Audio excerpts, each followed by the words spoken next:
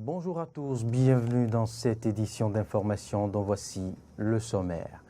Aujourd'hui, 22 mars, la communauté internationale célèbre la Journée mondiale de l'eau. Le thème de cette année est intitulé, je cite, « Les eaux souterraines, rendons visible l'invisible ». Fin de citation.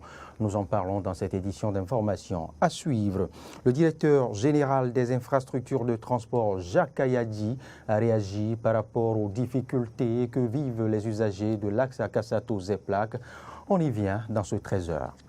Et puis, hors de nos frontières, au 27e jour de l'invasion de l'Ukraine par la Russie, Volodymyr Zelensky se dit prêt à aborder la question du Donbass et de la Crimée. Voilà pour les titres.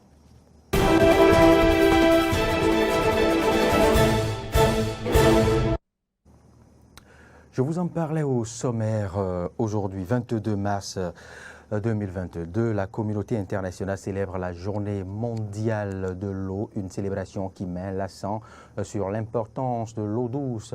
L'un des principaux objectifs de la Journée mondiale de l'eau est de soutenir la réalisation de l'objectif de développement durable 6, eau propre et assainissement pour tous d'ici 2030. Le thème retenu cette année est, je cite, « Les eaux souterraines, rendre visible l'invisible ».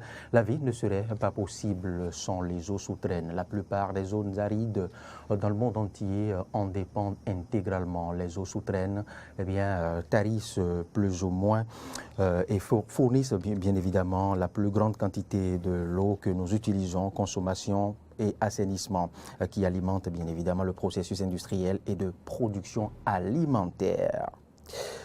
Poursuivons ce point de l'actualité et rendons-nous maintenant dans un autre registre, d'une célébration à une autre. Dans le milieu de la culture, mars est considéré comme le mois de l'oralité et pour cause. La communauté mondiale a célébré successivement les 20 et 21 mars 2022 les journées mondiales du conte et de la poésie. Quel sens donner aux dites célébrations? Quels sont les défis à relever? Élément de réponse avec Fidel Anator, alias le Baobab. Il est au micro de Ahmed Ariba. Journée mondiale du conte, journée mondiale de la poésie, c'est de bonne facture. Et c'est avec bonheur que nous vivons ces instants parce que nous sommes honorés. Nous sommes honorés par le monde, nous sommes honorés par l'Afrique, nous sommes honorés de par notre métier, de par notre génie. Et c'est aussi un hommage à la parole. C'est aussi un hommage au verbe. Au commencement était le verbe. Et c'est ce verbe-là que la poésie et le conte partagent. C'est pourquoi on parle des arts de l'oralité. Tout passe par l'oral, par la parole, par la bouche de l'humain, et qui communique, qui tiédit les cœurs à travers de la parole, à travers le verbe. Alors, la poésie, vous voyez bien la majesté de cet art-là, vous voyez bien la noblesse de cet art-là.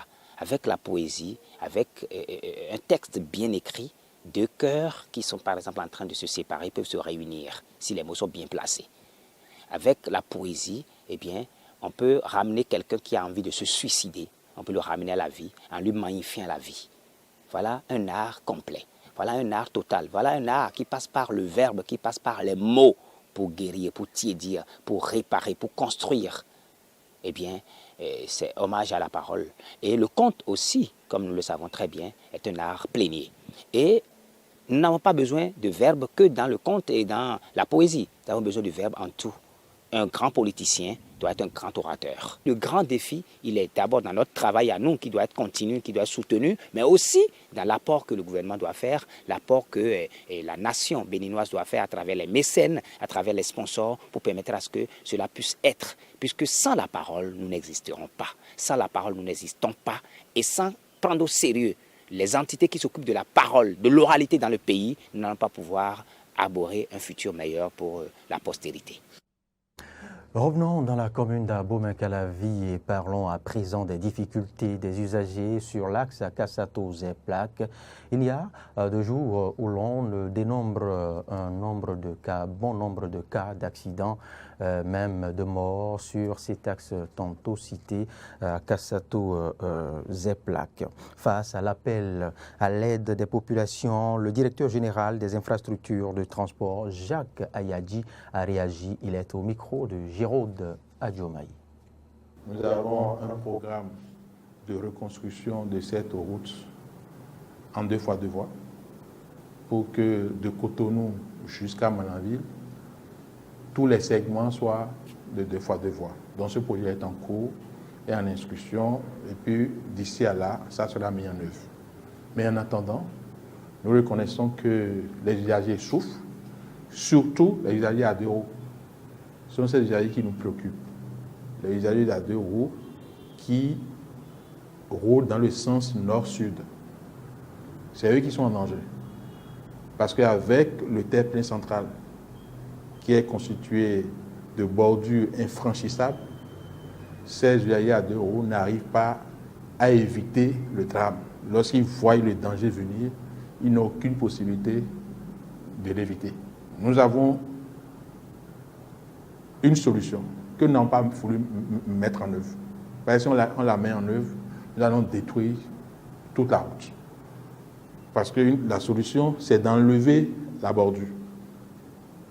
D'abord, on ne peut pas enlever cette bordure-là sans que ça ne joue sur la chaussée là. Et dès qu'on l'enlève, quand il va pleuvoir, l'eau va s'infiltrer sur la chaussée.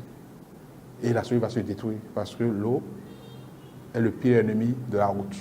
Donc, nous avons enlevé cette possibilité que nous avons à enlever les bordures pour que les usagers à 2 roues du sens nord-sud puissent fuir si le danger arrivait. Il ne nous restait qu'une seule chose, à demander à ces usagers de bien vouloir sauver leur vie en empruntant la voie en terre, jusqu'à ce que le problème soit réglé, jusqu'à ce que la route soit reconstruite. Ce qui est sûr, dans le PAG2, la reconstruction de cette route est en très bonne place. Je pense que, bon, on peut attendre. En attendant, préservons nos vies. Quand nous sommes à 2 roues dans le sens nord-sud, passons sur la route en terre. Peut-être la route n'est pas bien, nous allons essayer de l'arranger de temps en temps. Peut-être qu'il y a la poussière qui va salir nos tenues, nos habits. Mettons 2 habits et puis bon, si on va au boulot, on chante, tout ça. C'est mieux que perdre sa vie. Moi, j'ai beaucoup de proches, et certainement vous aussi vous en avez, qui voient le danger venir et qui n'ont aucune possibilité de fuir et se laissent écraser. Et cette information remonte à la fin de la semaine écoulée où le gouvernement de Patrice Talon investit davantage dans le développement des différentes disciplines sportives au Bénin. La cérémonie de remise de subventions aux fédérations, associations et clubs sportifs a eu lieu à Cotonou. Le gouvernement béninois, je vous en parlais tantôt, et plus précisément, le ministère des Sports a mobilisé plus d'1 milliard de francs CFA pour le développement des sports au Bénin. Frédéric Espoir Roumambou nous fait le point. À peine les mesures barrières contre le Covid-19 levées que le gouvernement de Patrice Talon décide d'appuyer les fédérations et clubs sportifs dans la réalisation de leurs activités. Et pour cette cérémonie de remise de subventions, c'est le directeur des sports d'élite qui s'émerveille. Je réalise avec bonheur que l'octroi des subventions intervient 48 heures après la prise par le gouvernement de l'importante décision de la levée des mesures de restriction de l'organisation des manifestations sportives. Il vient donc à point nommé les fédérations sportives dotées de moyens financiers nécessaires pourront convenablement organiser les compétitions sportives au plan national et prendre part aux compétitions à l'échelle régionale, continentale et mondiale. Au total, 1,357 500 000 ont été distribués et chaque fédération et association sportive en a eu pour son mérite. Malgré ces subventions, le ministre Oswald Omeki appelle les acteurs sportifs à ne pas dormir sous leur laurier. Si nos besoins grandissent chaque jour, si notre envie de faire grandir nos disciplines, d'améliorer la formation et les performances de nos athlètes, d'améliorer la qualité sportive de nos équipes. Si ces besoins augmentent chaque jour, c'est évident que les besoins en ressources financières vont augmenter chaque jour.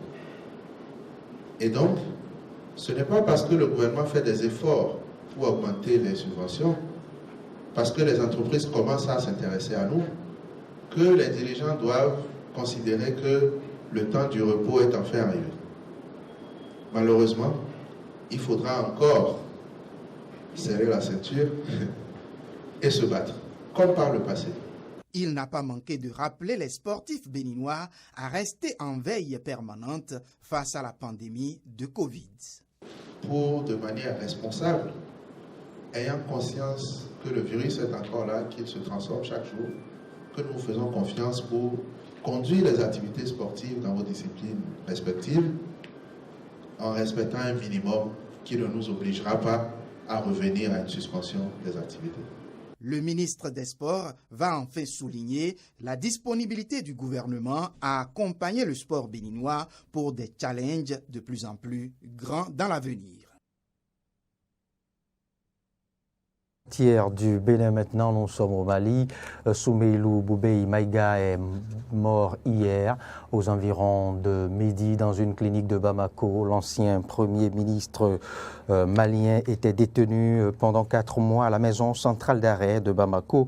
Il avait été transféré en décembre dernier dans la clinique de Bamako où il est décédé. Il avait été incarcéré, je précise, pour faux et usage de faux et favoritisme dans le cadre d'une enquête sur l'achat d'équipements militaires et sur l'acquisition d'un avion présidentiel dont l'actualité remonte à 2014 alors qu'il était ministre de la Défense. Restons toujours au Mali et abordons maintenant une toute autre information. Le médiateur de la CEDEAO, Goodluck Jonathan, a quitté Bamako dimanche sans accord avec la junte malienne sur une date pour l'organisation d'élections. L'ancien président nigérien a effectué une visite de 2 jours au Mali pour tenter une fois encore de s'entendre avec les autorités de transition sur un chronogramme électoral en vue d'un retour à l'ordre constitutionnel. Les scrutins présidentiels et législatifs initialement prévus fin février n'ayant pas été tenus. Dans un communiqué, l'émissaire a simplement indiqué avoir eu des échanges approfondis avec une délégation du gouvernement menée par le ministre des Affaires étrangères. Il a également réitéré l'engagement de la CEDEAO à faciliter un accord pour la restauration de l'ordre constitutionnel fin février. Donc, l'organisation régionale a préconisé la tenue d'élections dans un délai de 12 à 16 mois. L'actualité toujours sur le continent africain, mais cette fois-ci en Centrafrique.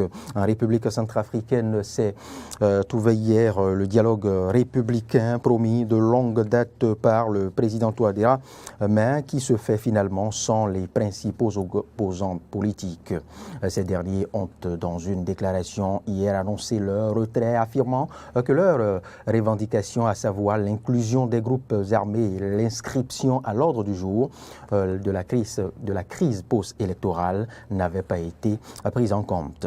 Le président du comité préparatoire, le ministre d'État Obed Nanzio, a dit regretter l'absence de l'opposition, hormis 2 représentants dans le présidium et malgré la main tendue du chef de l'État. La porte est donc toujours ouverte, a-t-il lancé. Ce n'est pas un dialogue de trop, précise-t-il, mais une chance de plus pour la paix, a déclaré le président Faustin-Archange Touadéra avant de donner le coup de clochette, le top départ pour 3 jours de travail en commission, puis 3 jours de débat.